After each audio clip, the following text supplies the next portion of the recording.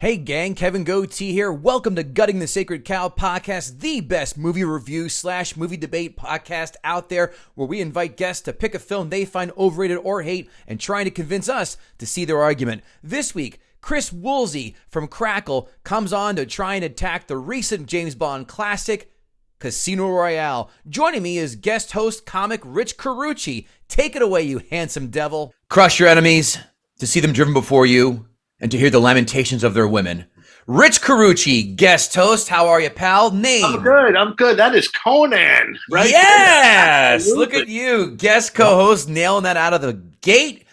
Kevin Gootee, Rich Carucci, as I said, is going to be co-captain of this ship of nonsense. And we've got Chris Woolsey joining us today from Crackle. Chris, welcome to the show. Thanks for hanging out.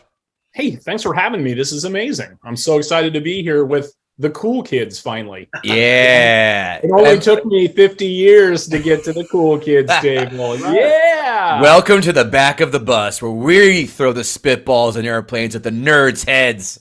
Excellent. I've been waiting.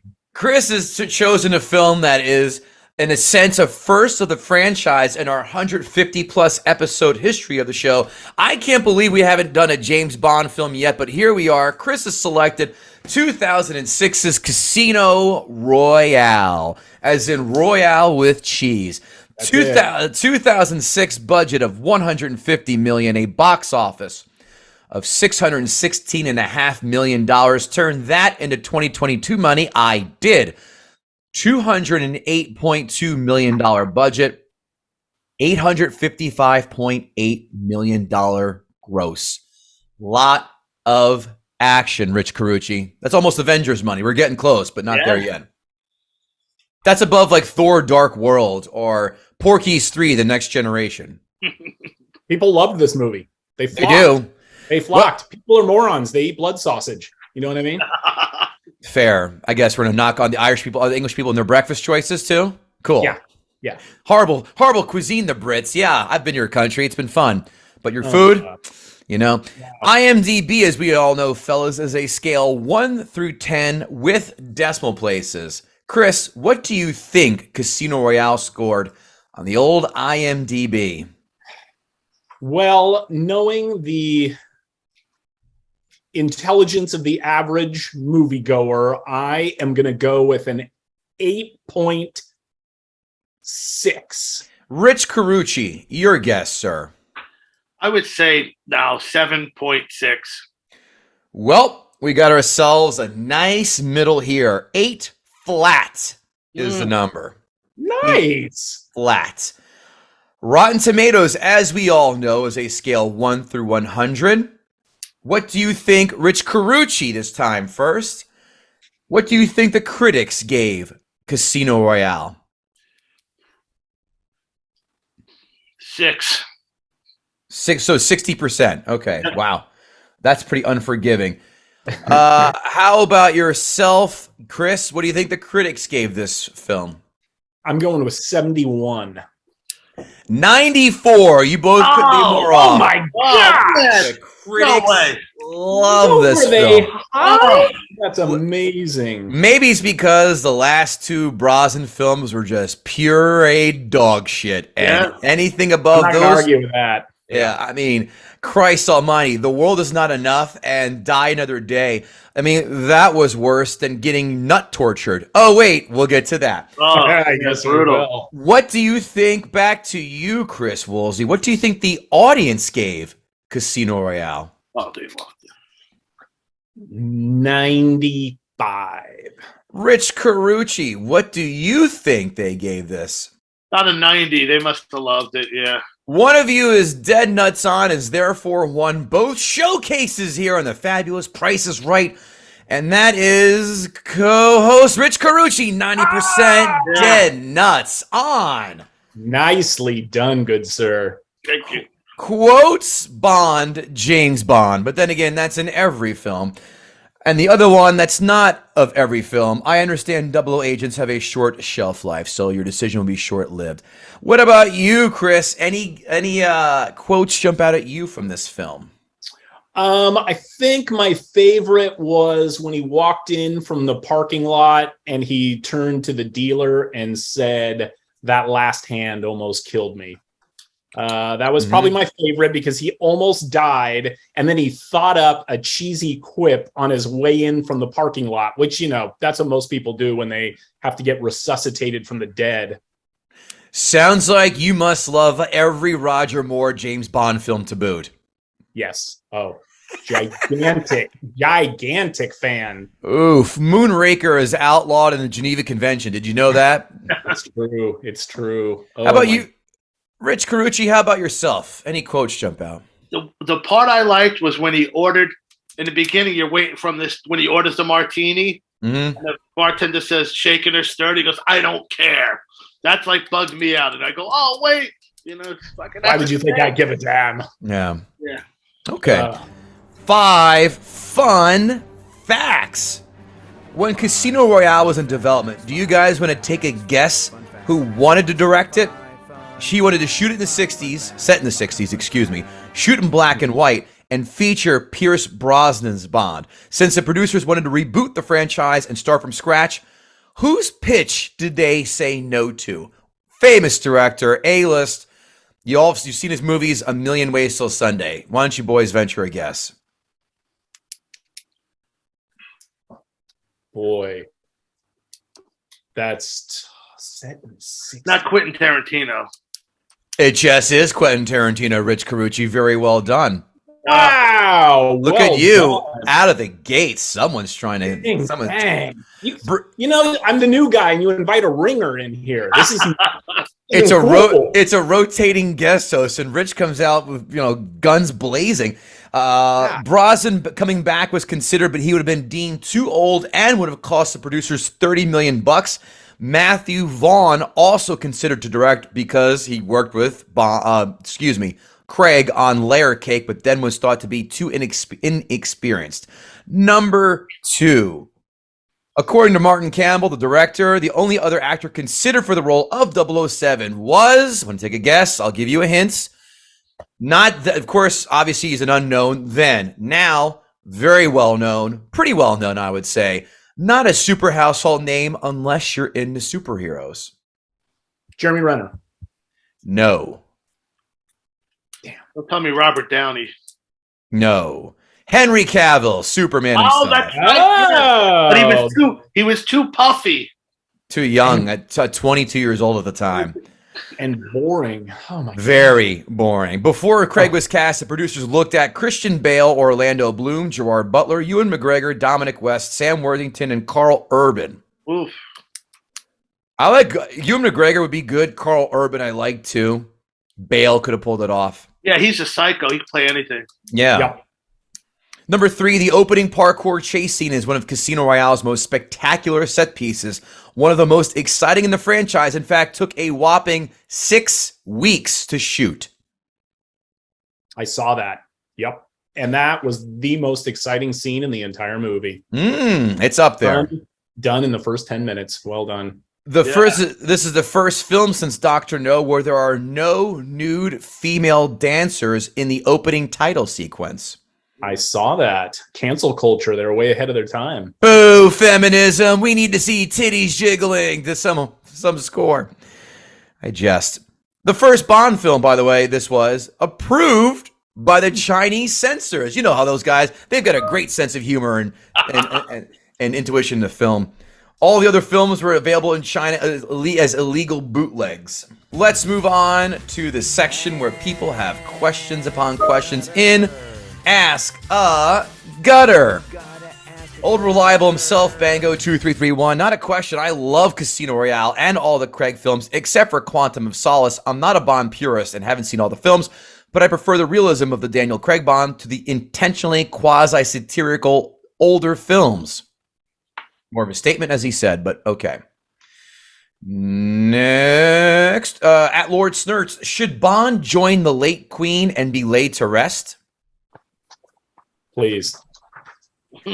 Please. Just put us all out of our misery. Sounds like you prefer his coffin shaken, not stirred. That's it. Just buried 6 feet deep. At Nemirovsky, was Ursula Andress better as Honey Rider in Dr. No or as James Bond in Casino Royale?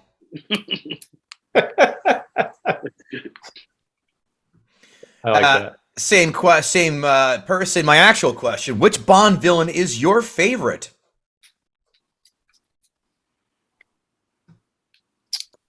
I would say Mike Myers. Wow. Not even given the common courtesy of a Connery film villain? Nothing? Got to be Jaws. Oh, stop it, Rich. So my friend, funny story, my friend grew up next door to Jaws, the actor. Did he really? Jaws. Yep. And she said he's the nicest guy she ever met in her life. Like, just a goob and just super nice. Did she get a free t-shirt that says, guns don't kill people, I kill people? She did. And a bumper sticker to go with it. I wish I had that shirt. At Joe Loves Chem, he wants to know to you, how come the ads on Crackle happen in the middle of the scenes and even in the middle of dialogue during movies? Can this be fixed? Yes, but we refuse to do so. No, I'm kidding. We're working on that now. So we're going to have a algorithm that's going to fix all of that. At Delvin Cox, who's going to co-host our next episode. Now I'm curious, which of your Bond is which is your favorite, and what do you want in your James Bond? Is this question for me? It is for you. I would say Sean Connery is my favorite. Right. And what do I want in my Bond? I want competency and massive sex appeal. Fair. Rich Carucci, what do you want to see in your James Bond besides you inside of him? Lots of hot chicks that he's banging. Lots of hot chicks. Yeah. Who knows? Maybe the new James Bond is going to go down that road, but maybe a different kind of James Bond in today's society. Oh, you know it. We'll see about that. And I think that, yes, that does it for Ask a Gutter. Well, friends, I can see our new friend, Chris Woolsey, is ready to attack Daniel Craig, nut torture, and an Aston Martin that does about a 5.5 turn on while stopping short of killing a girl. So, Rich, let's invite Chris to Gut the Sacred Cow. All right, here we go. Yeah, I did not like this movie. I didn't like it when I first saw it, and then revisiting it, I actually realized that I was wrong when I first saw it. It's actually worse than I thought it was. It's I've got so many issues. I had to make a laundry list here because so many things. First of all, we've never seen a Bond who is more inept than this Bond. He had to get rescued like 14 times in this film. It's I got confused as to whether the female lead was the love interest or a nanny, because she's constantly running around having to save him, pulling guns out of people's hands and putting defibrillators together after like a 10-minute gap where he clearly is in distress and stumbles into the parking lot, and then she waits like a good 10 minutes before she goes after him. It's just, that, but I think more than anything else, watching people play cards is maybe the most boring thing you could ever have to do. The World Series of Poker, there's a reason it's on at like 2 a.m. because nobody wants to watch that. It's on prime time. You could be more wrong. They aired it all. Really? Yes, because I watched the World Series of Poker for a while, and it was on for a while, 8 o'clock, 9 o'clock ESPN, because I DVR'd it then. So okay, great. Then I'd be bored at 8 o'clock rather than 12:30. It's so boring, and a little. I looked into a lot of the. You pulled up a lot of great trivia. I found. I looked into it too. There was a lot. Somebody pointed out that there's absolutely no skill in any of the hands that Bond is dealt. Every hand that he plays in that movie, he wins because of sheer luck, which is just, again, it's in here. Is it? See, you are good. You always do your research. Yeah. Every hand is a full house or better. And I'll tip my hand. Every fucking poker film, virtually, I think Rounders was the exception at times. every hand has to be some monstrous, astronomical odds likelihood of it happening. No one ever says some kind of final table, final hand moment. Someone just raises all in and bluffs with ace 5 offsuit. You don't see that. There's no drama. It's always 4 of a kind. Oh yeah, straight flush. Like that doesn't happen in real life. Totally. Yeah, it's ridiculous. So yeah, I don't know if you want me to just start at the beginning and we'll go ahead, fire away, man. Okay. So I just didn't like the film from the first frame. So we have the black and white flashback, but then in that we have a flashback within a flashback. So we've got him talking to his boss, presumably, and then while we're talking, we've got another black and white flashback of Bond killing some guy with the worst shirt in the entire world. That guy deserved to die just for putting that shirt on. And then we get to watch a fight scene that was like a massive ripoff of the Bourne Identity. And then we cut back to the first flashback, as if that's not confusing enough. Right. And Bond's boss, who I'm assuming is a highly trained agent at this point. He was an older fella, so I'm assuming he's been in the business for quite a while, pulls a gun on Bond, doesn't realize that the gun that he's holding doesn't have a magazine with bullets in his hand. I did a little research. It looked like it was a Beretta. A Beretta of that size without a magazine or bullets weighs about 35% less than a Beretta that is fully loaded. So this guy, who's top dog in the spy game, pulls a gun and can't tell from the weight that it's almost half as light and doesn't have a magazine inside of it. So, yep, I agree. That was a little troubling. And I had to go a long way to find that information, I'll have you know. But it pleased me to no end when I realized. Did you get the information from Crackle but have to watch an ad or two first to find it out? I did. Yep, absolutely. And the ad came right in the middle of the most important monologue in the movie. So, yeah. Perfect.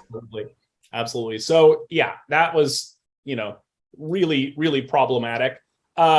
So my favorite, maybe out of the entire film, but it comes early on, like a lot of the good parts of this movie, is in the scene in Uganda. You've got this, this gigantic fight scene. There's hundreds of people, and there's, a couple agents that are skulking around. One of which is Daniel Craig, and the younger agent is like talking into his wrist or whatever he's doing, and gets flagged. And Daniel Craig says, "Holster your weapon. I need him alive." And then we have the wonderful parkour chase scene, because parkour was all the rage at that moment. And so we had to get the French running sport into the spotlight for the next 10 minutes. Right. And then it ends up in an embassy or some sort of headquarters. And there's, gunfire everywhere. Everyone's getting blasted. The walls are disintegrating, and the guy he's chasing catches one in the knee. That was the only shot that there were like thousands of shots being fired, and the only shot that actually made its mark is one that he catches in the knee. So they go out the window, and Bond is standing right in front of the guy, and then there's 25 different soldiers come flooding into the area. Bond has just finished telling that agent earlier that he needs him alive, and then proceeds to shoot him in the chest, execution style, from point blank range, before shooting a propane tank that then somehow blows up dozens of other propane tanks that they had conveniently set in the area, and kills every single guard.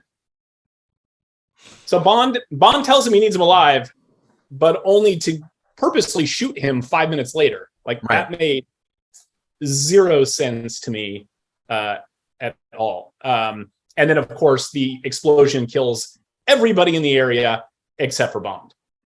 What, you haven't played video games where you shoot a canister and shit blows up? Come on. We all have. Yeah. Exactly. And then he jumps over a low garden wall and disappears. Like no one can. He's 11 feet away behind a rose bush, and nobody finds him. He's gone. Where did he go? I don't see him. Yeah. It Fair. But again, you have to. I'll play devil's advocate for a hot second. It's a Bond film. There's gonna be shooting like stormtroopers do. They shoot wantonly and never hit a target.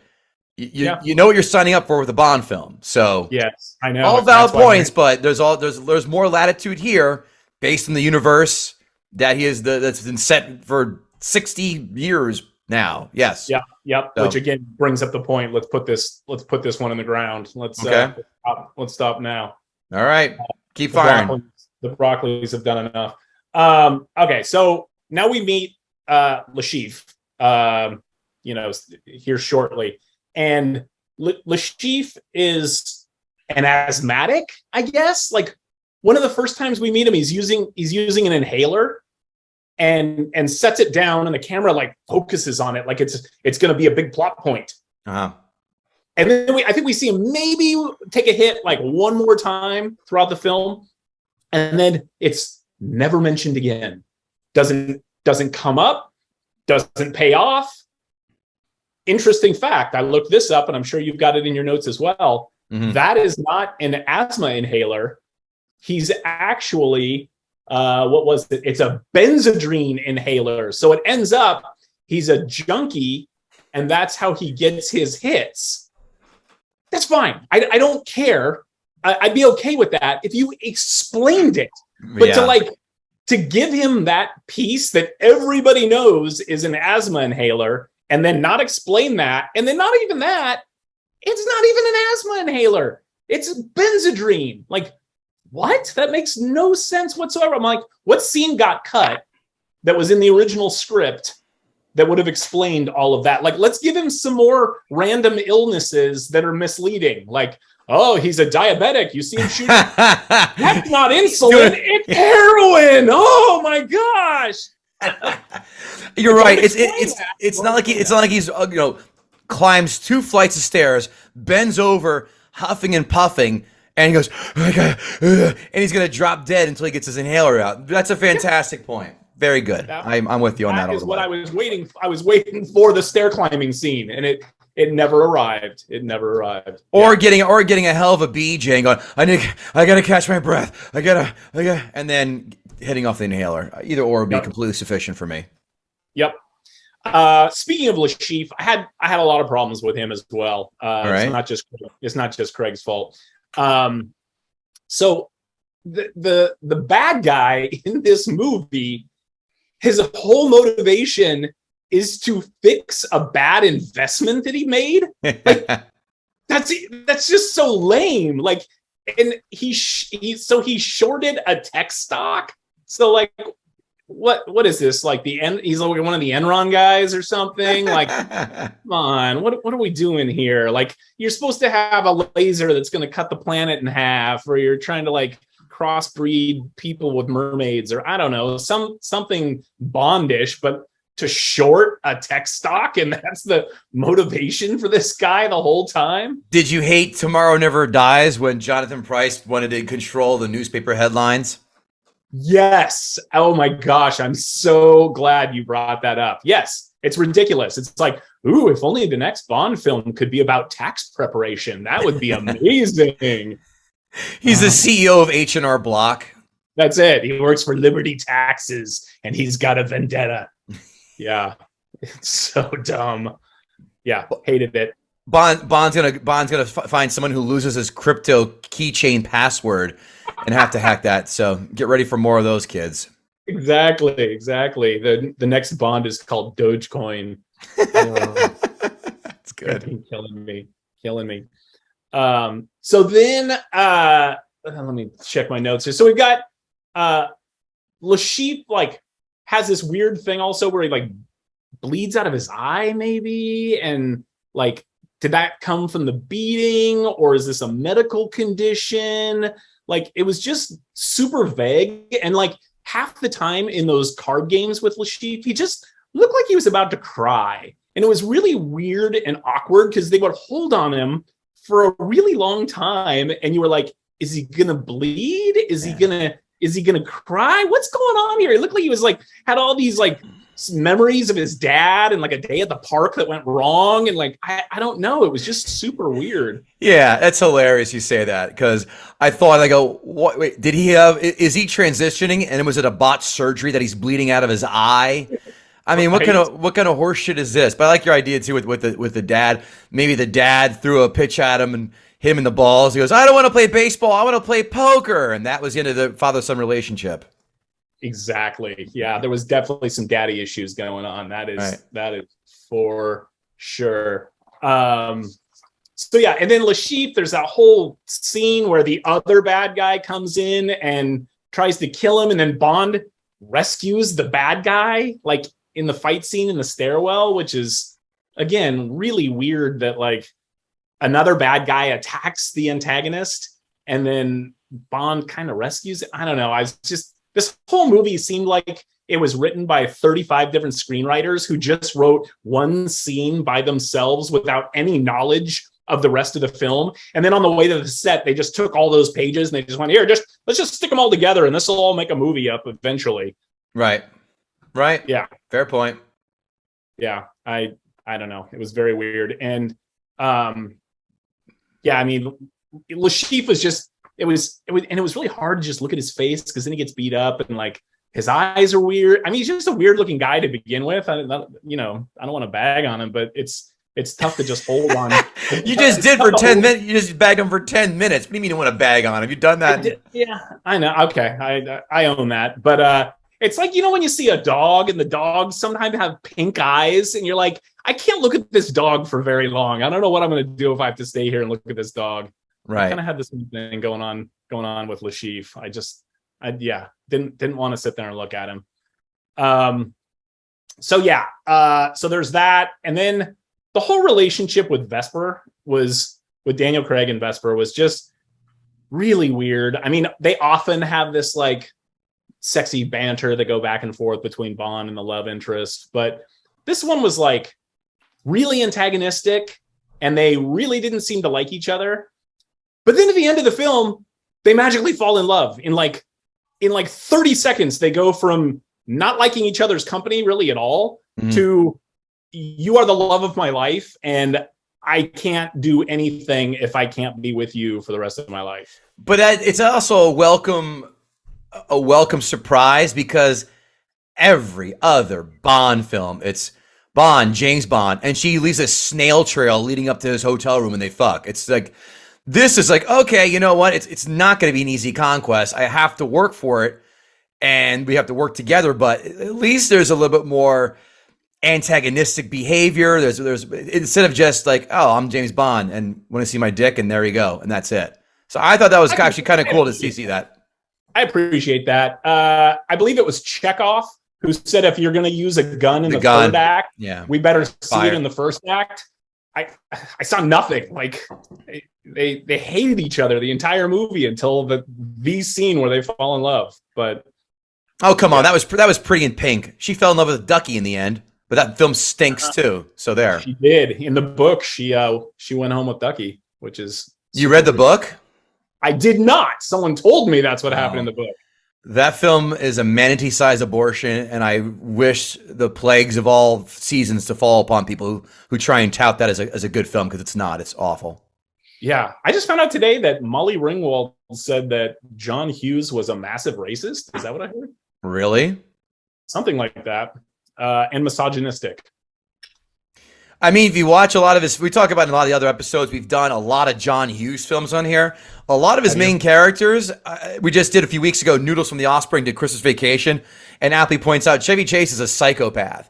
Ferris Bueller, we did as well in this podcast, as much as I love it. He's a psychopath, dragging his friend around, treating him like shit, and whatever. So a lot of these characters that he writes are complete just psychopaths and sociopaths where they just don't give a shit about anybody's feelings and carry on to their own agendas. So maybe. Well, thank you for bringing us back to Daniel Craig, because as soon as he finds out that the love of his life is dead, he basically just rejoices with his conversation with M, where he's like, the bitch is dead. I'm like, really? Wow, that was quite a That was another big 180 that we did before. You hated her 10 minutes ago, then you fell in love, and now you hate her again. All right, well, we're full circle. Okay. Because she got him to quote unquote lower his armor or get the armor down. Yes, and we all saw the armor fall in that dramatic 11-second sequence. Yes. Yeah. Is that all the notes you have, or do you have more? No, I got more. So Bond is kind of creepy in this movie. I'm going to throw that out there too. Yes, Daniel Craig is a charming man. Do you know him personally? Is that why you say that? I don't like to name drop, but yeah, I mean, we're going bowling on Thursday. So yeah, he has Crackle without ads. He has a secret password for that. Exactly. That's it. That's how close we are. But yeah, I mean, he's a little creepy. There's several. Okay, so the shower scene, where she's suddenly got like PTSD because she witnessed him kill a couple of people, and then he goes back to the hotel room and she's like taking a shower fully clothed, and he goes in to like comfort her, and he sits down next to her and puts his arm around her and then takes her hand and sucks on her fingers, and you're just like, wait, what? What am I watching? It's so disturbing. It's like a snuff film. Yeah, you found that disturbing. Others found it disturbing, but you know who loved it? Army Hammer. That's for goddamn sure. Yeah, that's a good call. Good call.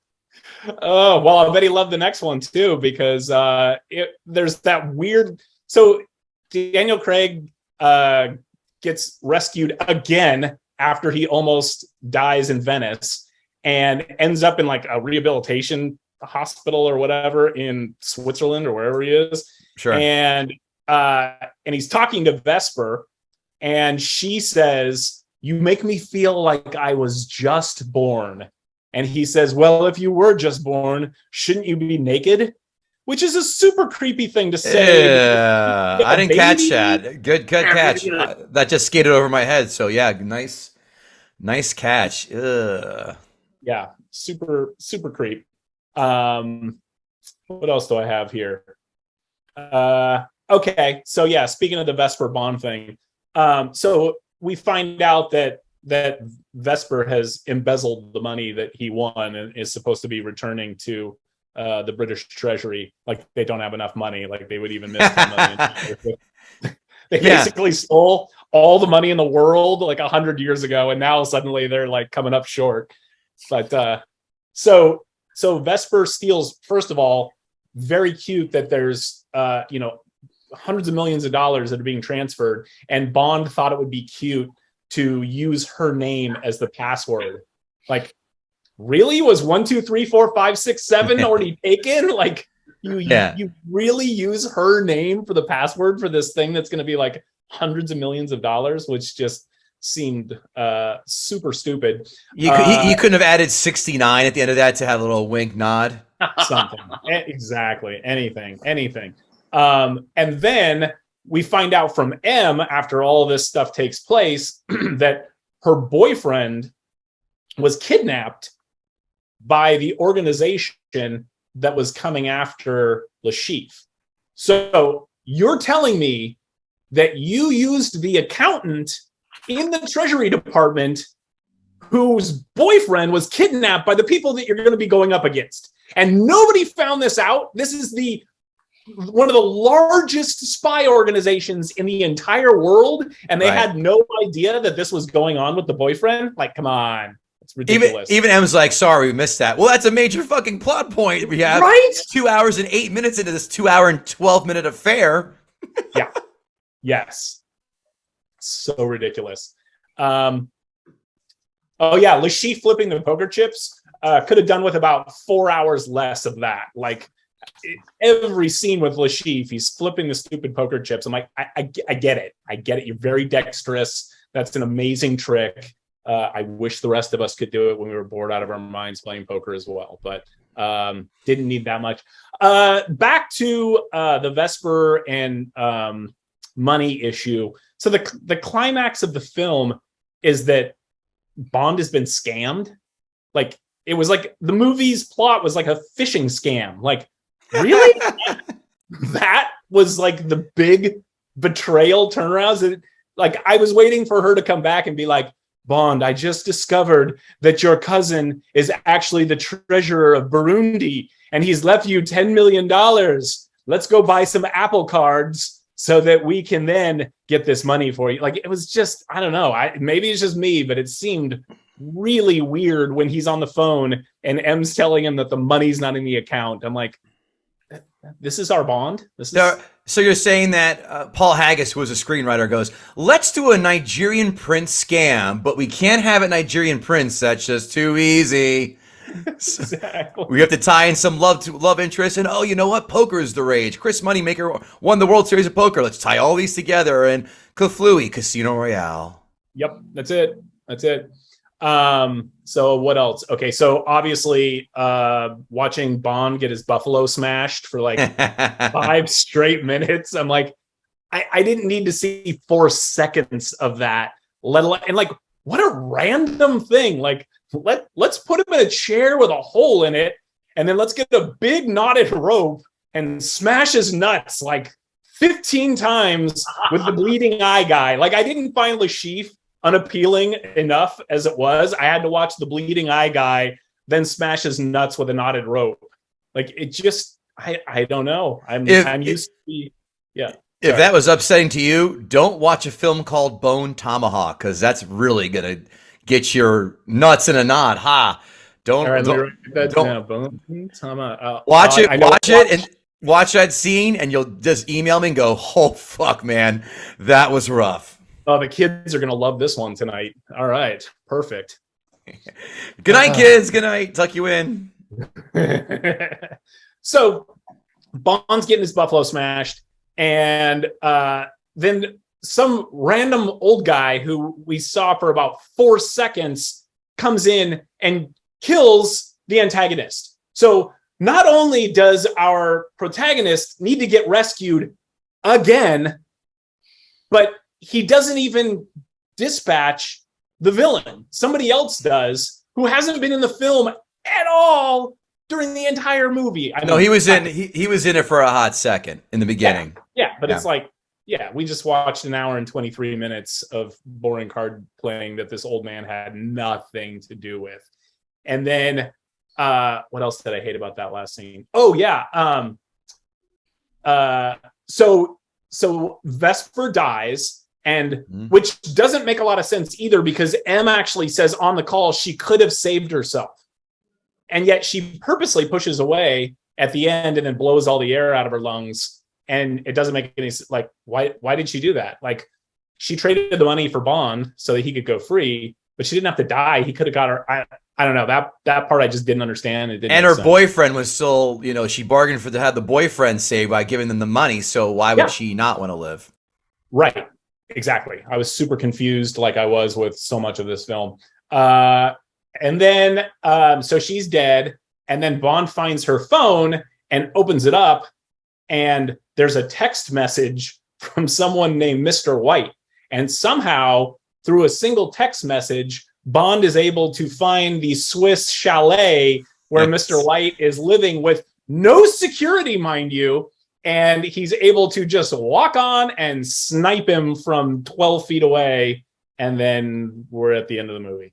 How cool would that have been if Mr. White was indeed Harvey Keitel from Reservoir Dogs? I would have jerked off right there on sight unseen. That would have been great. It would have been amazing. I'm not going to at all. Yeah. Classic. If Quentin Tarantino directed it, it would have ended like that. Well, if Tarantino would have directed it, we would have seen at least 15 shots of women's feet in this film as well. True. Yep. He's got a foot fetish. Chris, give me number 1 to 10 of Casino Royale for you. Only because the first scene is so fun, I will give it a 4. 4. All right. I was going to guess around a 2.5, 3, but you came in a little above. Fantastic. Have you written a 5-star rating, 2 or 3 sentence review for this very fine podcast? No? Why not? Well, you should, because it helps us out. Go to whatever podcast platform you're on. Give us a 5-star rating, 2 or 3 sentence review, because it does indeed help. And I love screenshotting my favorite reviews, ones that make me smile, laugh, giggle, whatever. And they post them on our social media, of course, at GTSC Podcast and Gutting the Sacred Cow Podcast on TikTok, Instagram, and classmates.com. Rich Carucci, my friend, why don't you give your notes on this fine film or not fine film? I saw it when it came out, and I forgot how much I disliked it till I watched it. Oh. And it doesn't hold up well, but you want to go see it because it's like it was his first time as being James Bond. It's like seeing a band that you like who changes lead singers. You still want to see what's going on. Can they hold it together? So I think that's why it might have did so well. But as far as bad guys, like Chris was saying, the asthmatic accountant is the bad. It just was so lame. And I thought he was asthmatic too. And I figured they put that in there for all the kids that have puffers. They were like, look, you can be a bad guy too. You know what I mean? I thought they were putting it in there. But he was stop vaping or you too will be a villain. That's right. He's so lame as far as that goes. And I forgot how horrible flip phones were. They had flip phones. Like how lame. I was the last guy to get rid of them, and I had to because some girl asked me what time it was once at a club, and I went to open the flip phone, and she went, "You have a flip phone," and laughed in my face. Did she think that you were an Orthodox Jew? Is that why she thought that? She must have thought I had no dick. That's what it felt like. Like I was pulling out my dick, and she was going, "Ha ha! It looks like a dick, only smaller." Like I was just shrunk. Have a good night, Nokia boy. And the beginning. This is what got me too. James Bond is the fastest white guy you ever seen. Yeah, he's chasing a black guy, but not only a black guy, a guy from Africa. In Africa, and he's keeping up with him. That was the lame. He's like, come on, that guy was like a superhero. That black guy was jumping through windows and flying down stuff. He's just like loud and like it was just like so lame. I'm like, come on, he's keeping up with him the whole time. Yeah, it's just that just. Wait, maybe it's Steve Prefontaine as James Bond. Yes, it was just it was. It. I know Tom Cruise doesn't run that fast. Right. But they both run with that same scissor-like arm motion, back and forth of their hands. It always cracks me like they're chopping vegetables. They're two police officer run totally. Yeah, that's the white guy run. Yeah, the police officer from Terminator 2. Yep. It's like they're chopping vegetables and running at the same time. Yeah. The yellow cabs too. You forget they used to have cabs. Like you see them if you go in the city, but you're like, oh my god. It's just that was lame. Le Chief, I kept saying Le Chef in my head. I was like, what a lame fucking and he was creepy looking. You didn't know what was going on. I was waiting for him to be like a cyborg or something because of the eyes, and then he's having some kind of stigmata thing out of it. I thought it was going to be the dumb cyborg eye thing or something. Yeah, something like that. Yeah. He pulls out the eye like in Last Action Hero, where the ginger pulls out the eye. I love that movie. It's so underrated. It turned out to be a bomb in one of those. That's so great. And the one thing about James Bond is he's like, even the airport scene, his face is getting cut up, blood, but every time you see him, not a scar, not a scratch. The next scene. But this is Bond, though. You can't knock this because they do it in every single Bond film. But that's every film does that, Rich. You can't knock that for that. Other things, everything else you said, yes, but this is Bond. This is what happens. He goes through, same thing with Cruise and Mission Impossible. That's what happens. They don't get a stitch of damage, maybe a gash or two in the final battle in the end, and that's it. You're right. And I like the scene where they're gonna go to play cards, and they both picked out outfits for each other. Yeah. I thought that was funny because I would have liked him to say, like, on the bed, I have a Bo Peep outfit for you because that's like his fetish. And she's like, I don't want to wear this. Like, I have to have all eyes on you. And I just thought that was funny. They're like, she makes him out to be a furry. He has to be like a big My Little Pony or Care Bear. So much with that. So much with that. It would have been hilarious. It's that would have been. And it's funny too when they're playing cards and they ask them, what he wants to drink, and he orders the drink, and then everyone at the table's like, "I'll have one." What are we, 16 at a fucking party? Exactly. I'll have one too. Oh, a Long Island iced tea? Yes, send it my way. What are we talking about? Fair, all fair. But this is good because this is before the blatant Heineken product placement in future Bond films. We're like, no one's going to an ultra chic hangout and getting a goddamn Heineken. Stop it. Fuck you, producers. You want to take the $2 million and have it like a waitress carrying them? Fine, but I'll have a Heineken. No, you're not. Your tastes are far beyond. That's like going into a place and go, I'm going to have the King Whopper with a side of onion rings, and that'll be that. Seriously, that's a great point. Thank you. I love how when they're at the casino, she's holding the money because, like, every woman that you would ever be with, once you start losing, she's like, "No, you're not getting any more money. I don't." It's not even her money. Yes. You know what I mean? No more money. It's like, you don't understand. I'm hot. I know what I did wrong. She's like, no more money for you. Like every woman that you would ever be with at the casino, you know, you're winning. They're happy as hell. You lose a couple of bucks, you cut off. That's it. Or she takes that money and heads right to the slot machines because that's also what they sometimes do. Right. The penny slots. But then she doesn't give him money, so then his buddy needs to front him, which is kind of sad. Right. Yeah, that was so beta right there. You just got cucked in front of her like, all right, dude, listen, I'll float you. All right, so, but we're going to... your girl is clearly a problem. Yeah. I'll spot you. And I love that guy, Jeffrey Wright. He's a great actor. He is great. It was in Shaft. He played the bad guy in Shaft, and he was in Boardwalk Empire. Great actor. Yeah, he's phenomenal. Yeah, he's good as Commissioner Gordon in the new Batman film too. I was gonna say, yeah. Then I like how Bond fell for the old poison in the martini trick. You know what I mean? Like he drinks it. Then he's stumbling outside. Right? He's stumbling outside. He falls in the car. She comes, like Chris said, saves him again, jump starts his heart. He comes back in. Not even his bow tie is crooked. He looks fine, right? Then of course he wins. He's got to win. He's got to be the winner. Wins the money. Lashif takes off, and then you see him and the chick hanging out. He's having another drink, and he goes, we need to have a celebration.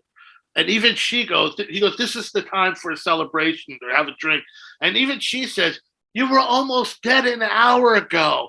And I'm picturing Nikki Sixx. You know I was just going to say that. Sixx moment. You know what I mean? Like, my heart. That's amazing. Stopped. Yeah, I didn't stop. My heart did. I'm still want to party. Hence, kickstart my heart because it never stops. Yep. That's amazing. Whoa, yeah. I hated the fact that the first chick, it was funny when they're gambling in the beginning and the guy puts his car, he's like, I'll throw my car in. Yes. So then he wins the car, wins the money, and then gets the guy's wife. And she's like the hottest chick in the whole thing. And he doesn't even get to seal the deal before they waste her and kill her. I was like so upset. She was the hottest one. And she was like, and all these people, she's like, yeah, I'll fuck him. I don't care. My husband's in Miami. You know, it doesn't count if he's in Miami. You know, I thought that was great. But they killed her. The scene too in the beginning, I'm sorry, I'm going all over the place. When he drowned the guy in the bathroom sink, all I could think is how many germs are in that sink. You know what I mean? Like, you're going to die anyway. So you might as well make it quick. Right.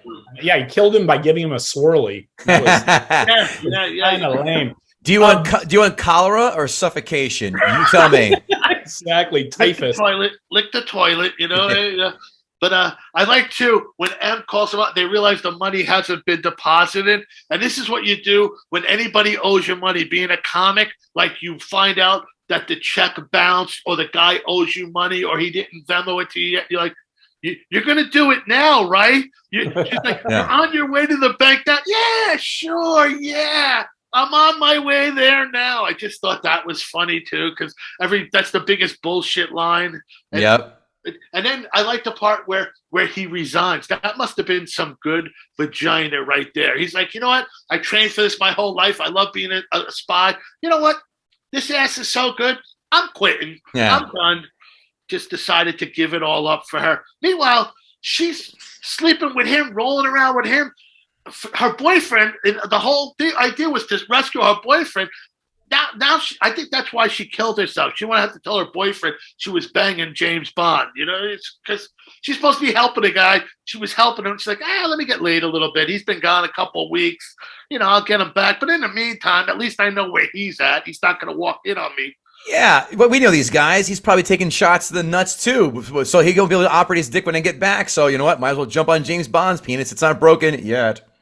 How disturbing was that? I forgot that scene till I saw the guy cutting the chair out, because that's something that sticks with you in your mind. Yeah. That scene, and I couldn't remember it was from this. I kind of forgot. Once I saw him cutting the seat out, I'm just like, oh no, I remember this scene. And I like how Bond was like trying to play like it was turning him on, because maybe he was psychologically messing with Lachette. He's like, wait, if he thinks he's turning me on, he might think I'm having a gay moment, and that this is good. You're like, he's psychologically fucking with him.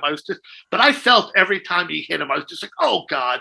That is I would have told, listen, I'll hold the secret. If you're going to break my nuts, I'm talking. You can have the money. You can have it. Funny.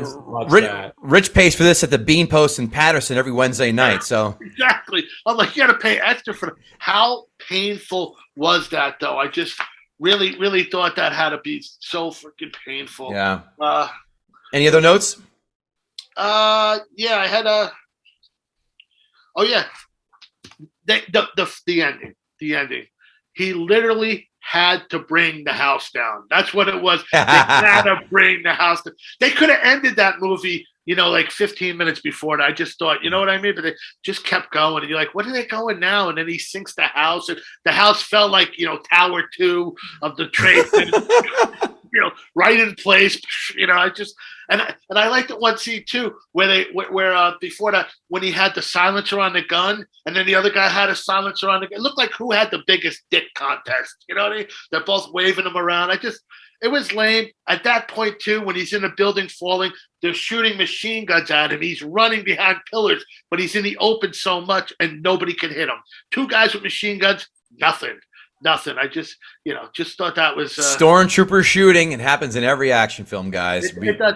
And not only that, the guy with the machete, the African warlord guy, when he killed him, when the guy was threatening the chief, you are not going to be a guy with a machete who knows how to use one in a stairwell. I just thought that was lame too. And he had blood on him, but it's not his blood. He's fine, no cuts. You get into a fight with somebody with a knife, you're getting cut. This guy's with a machete. I'm like, you should be one of the Avengers at that point. So I was just, you walk down a staircase carrying a machete, you're going to cut yourself, let alone fighting with a guy down the entire staircase who's trying to kill you with the machete. Like, forget it. Yeah. There was a lot. I was just, taken back by it. I forgot how bad it was till I watched it again. And I think not, like you said, there were so many different. I think they just took from so many different other films and just threw all these parts together and said, if we take the good parts of all these films and these characters and throw them together, it has to be a good movie. I think that's what they did with this. It just seemed like, from Indiana Jones to, I don't know, to something, just weird stuff and little that shit that didn't fit together, and just like, okay, this could have been done 20 minutes. This could have been a TikTok. What do you got? What do you got for a score 1 to 10, Rich? Oh man, for me, like a 3. Woo! Worse than our guest. Yeah. These notes brought to you by guttingthesacredcow.com, where you can find some kick-ass merch, some hoodies, some shirts, some bags, some hats, you name it, we have it. Hell, we even have cell phone holders on there. guttingthesacredcow.com, and if you want to advertise with us, guttingthesacredcow@gmail.com, or if you want to stop by and just to say hi, that's the address to do so. Notes! I like the opening scene in black and white. That was quite a different curveball. I enjoyed seeing that. Next, this is a top 5 Bond song of all time, kids. Chris Cornell, you had me there. Yep. Goldfinger, GoldenEye, Live and Let Die, and Skyfall. Those are the other 4 best Bond songs. This is number 5. I don't care about the order. Fight amongst yourselves. Mongoose and snake fighting, snore. I guess Michael Vick and his dog fighting rings ruined it for all animal betting scenes. The parkour guy that Bond chases looks like Kevin Hart and has made me laugh more than Kevin Hart's specials have. I did not know construction plows had bulletproof glass. Good on you, Caterpillar. Good on you. This chase scene is top 5 in any Bond film I've seen, which, by the way, are all Bond films. I've seen them all. This is completely bonkers, this chase scene. But hey, you know what? We have 2 movies where Seth Rogen somehow manages to bang Charlize Theron and Katherine Heigl. So you know what? We can all swallow different portions of bullshit. How about that? Bond running through the drywall like the Incredible Hulk. Hey, at least it wasn't Roger Moore, because he would have bounced right off and disappeared into fairy dust. You're right. Wasn't it fun seeing cell phones that can go 4 days without recharging? Weren't those the days, as opposed to having that plugged in 6 times a day with an iPhone? Amen. Rich, this is for you. An asthmatic guy who bleeds from his eye. If this guy was in comedy, he'd be king of the alt scene.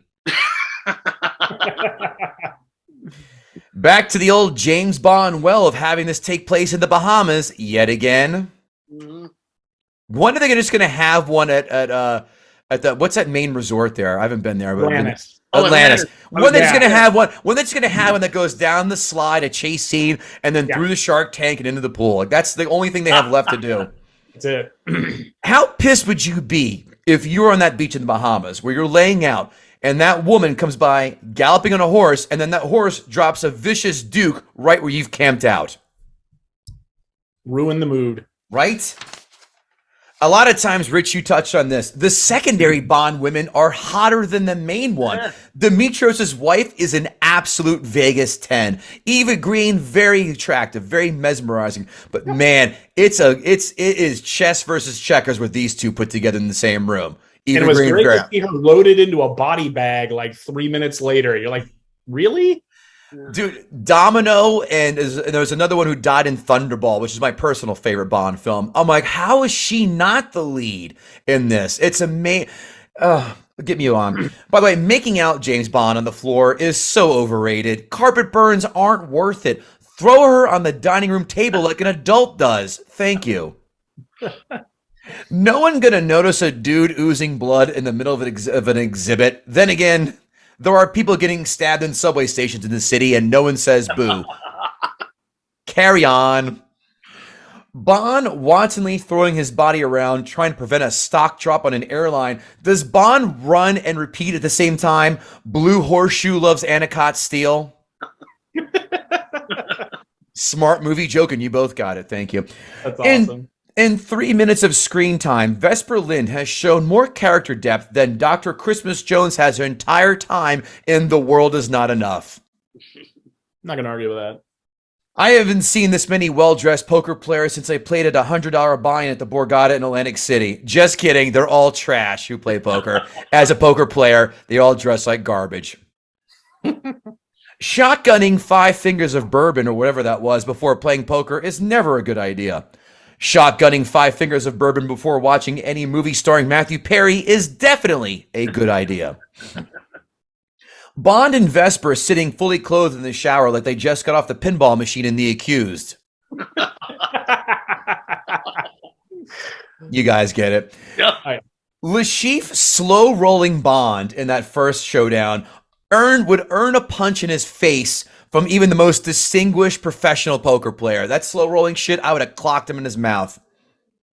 Yep. The poker scenes do drag a bit, and I am a poker fan. And they're wrong. That was not trip aces in the first hand. Yeah. Bond getting dragged out by the bad guys is like Rich Carucci getting dragged out of Satin Dolls on Route 17. Bada bing. You know it.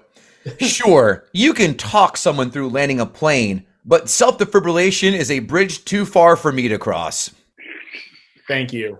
The black guy playing poker looks like Mark Henry from the WWF, but in an untailored suit. Yeah. And I said this before, why does every poker hand have to be with the impossible odds? Can we ever have someone bluffing with 8-2 offsuit just for giggles, just to mix it up? Bond going through multiple adrenaline spikes, poisoned, defibrillated, winning $100 million, and then not having fried nerves, and then not running over Vesper in the middle of the road while doing 65 miles per hour plus. Okay. No. Bond taking the nut shots is a metaphor for the audience watching the Roger Moore Bond films. Because they're terrible. Yep. Even Live and Let Die, which is the best of the bunch, I rewatched recently. Go, oh my god, this is. This would have been hilarious during the nutshot scene if Bond would have grabbed Le Chiffre and kissed him on the lips like Bugs Bunny did to Elmer Fudd. I've seen every Bond film to appreciate him being a soulless fuck machine, but I gotta say, the stripping of his armor is a great weakness, a little pathos. The same applies to On Her Majesty's Secret Service, where Bond's wife dies. Another, curveball I appreciate. I forgot about that one. Yeah. The sinking of the building elevator, that's beautiful, but you're right. It's at this point, I'm like, all right, come on, let's the third base coach is windmilling his arms around. Bring her home. Yep, I was like, good, everyone's dead. I can quit watching this movie. Yeah. James Bond is the king of hanging up the phone without saying goodbye in movies. This guy never says goodbye or I'll talk to you later. It's always click.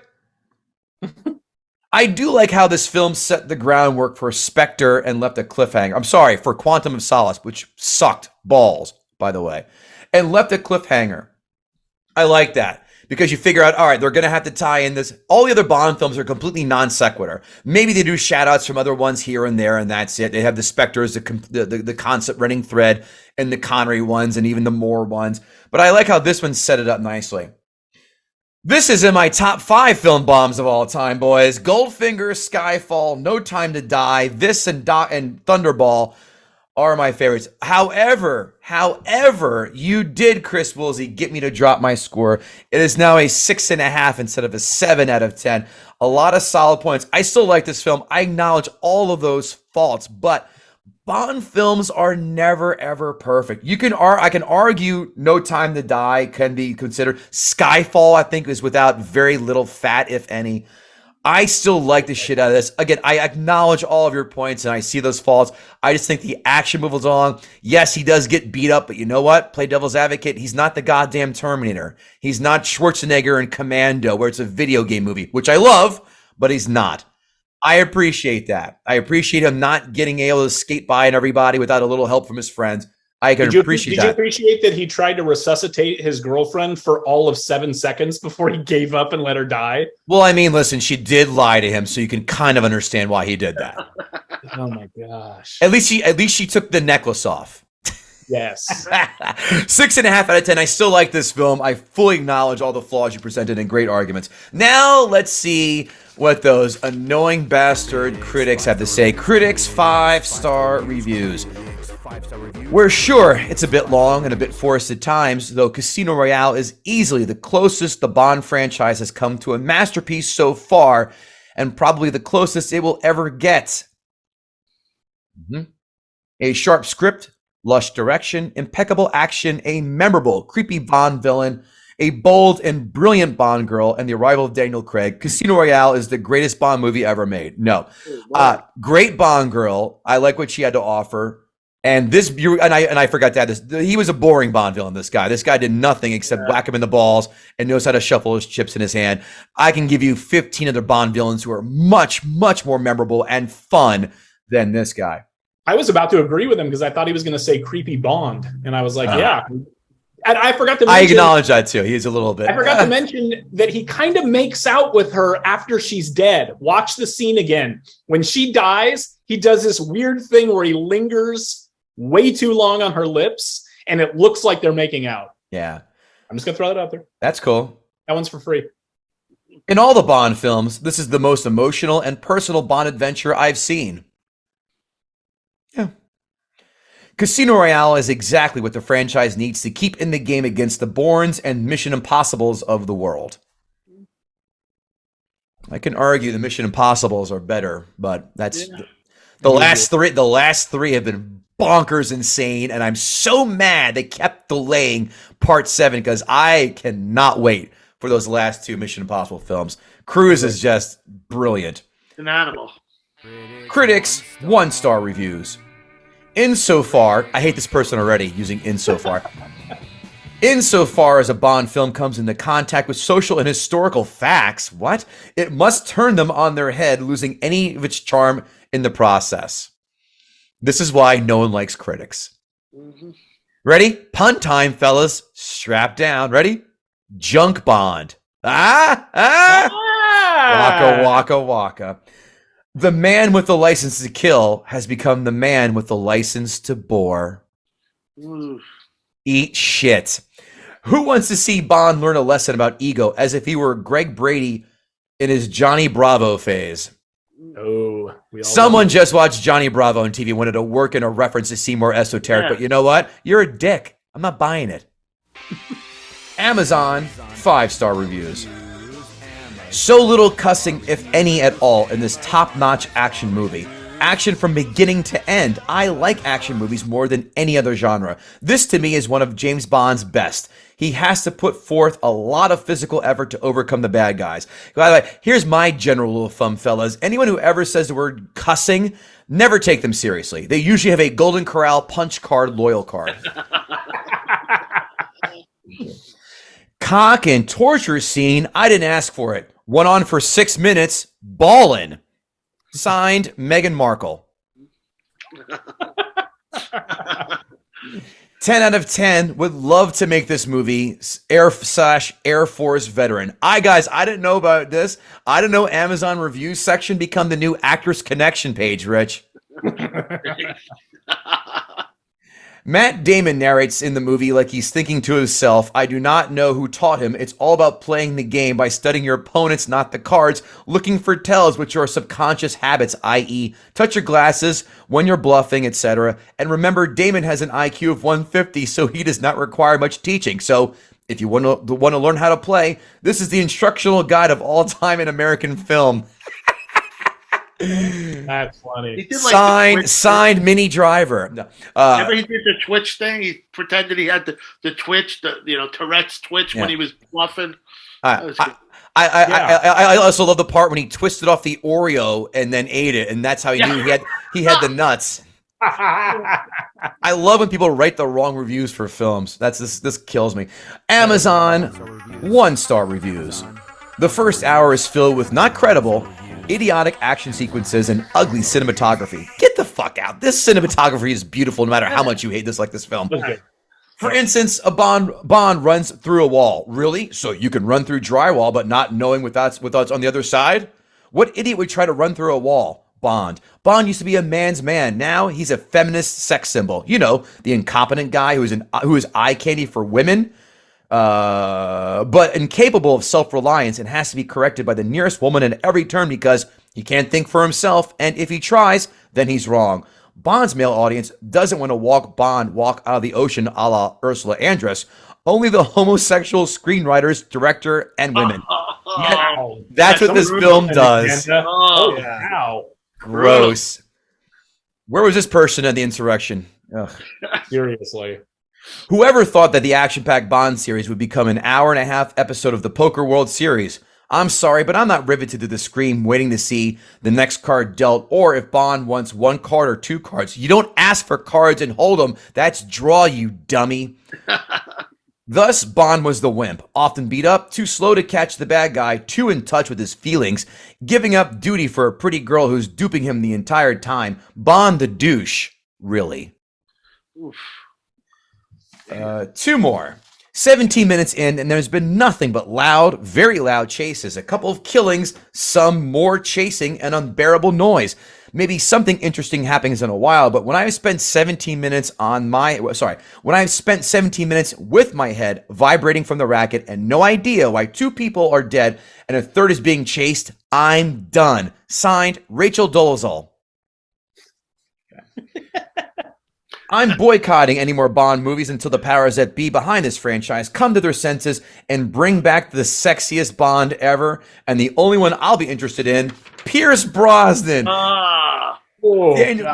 Daniel Craig is boring, a dud, and he'll never match up to Pierce Brosnan. This is them in caps. I was so happy this movie was beat out at the #1 spot at the box office by an animated penguin movie on opening weekend. Happy feet. I think it says it all.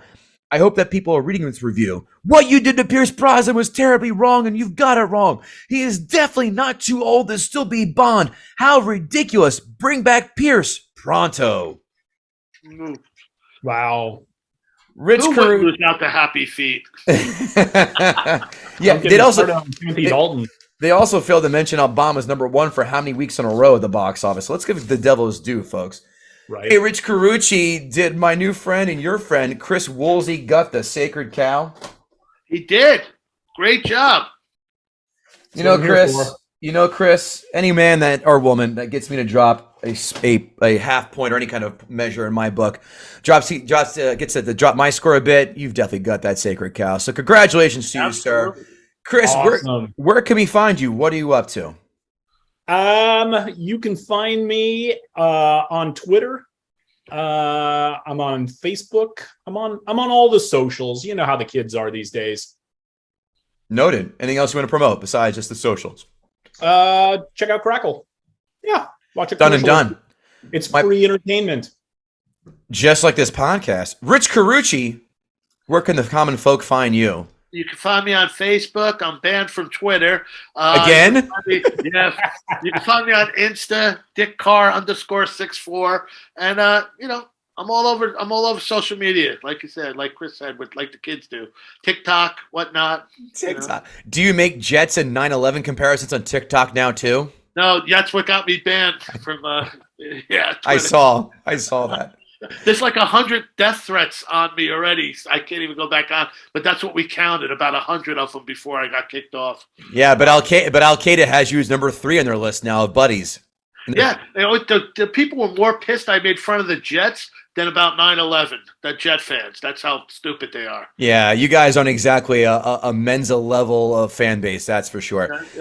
This Giants fan can be found at kevingootee.com and, of course, guttingthesacredcow.com, which you found by now. Don't forget, leave us that rating and review, 5-star rating, 2 or 3 sentence review. Tell a friend. That's how we're gaining more and more traction as the days go on. And again, guttingthesacredcow@gmail.com. Guys, it's been an absolute blast. Thank you so much, Chris Woolsey, for hanging out. Great recommendation by the boys over at the Who Would Win show. They loved you, and any fan of theirs is a fan of mine. That's for sure. Oh my gosh, those guys are gold. They are. I love doing their show. Their fans have made their way over here, and vice versa. It's one big incestuous royal family without taxation of over 50%. Rich Carucci, my pal. It's been too long since we've done a gig together. Let's fix that. Yes, sir. I love you, buddy. Everybody else, thank you so much for hanging out. Take care. We'll see you later.